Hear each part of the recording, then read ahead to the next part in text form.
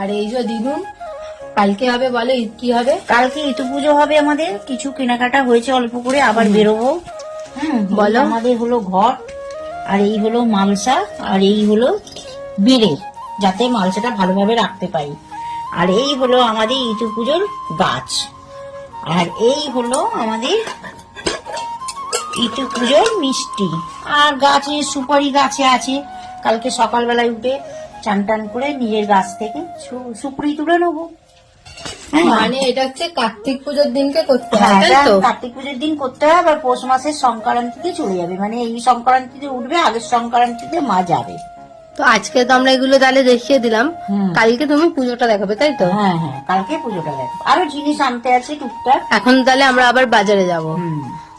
এগুলো দেখিয়ে দিলাম, কালকে আমরা আবার পুজো করব, তার আগে আজকে বাজারে যাবো। ফুল টুল সবই বাকি আছে, আমরা একবার চা খাবো, আর একটা জিনিস বানাবো বেবিকর্ন, সেটাও তোমাদের সাথে দেখাবো। এই যে আমাদের বেবিকর্ন রেডি, আর দিদা এখানে চা নিয়ে চলে এসছে।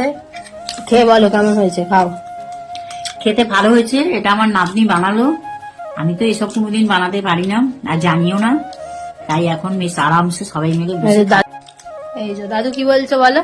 হেভি ঝাকাস, একদম হেভি বানিয়েছে।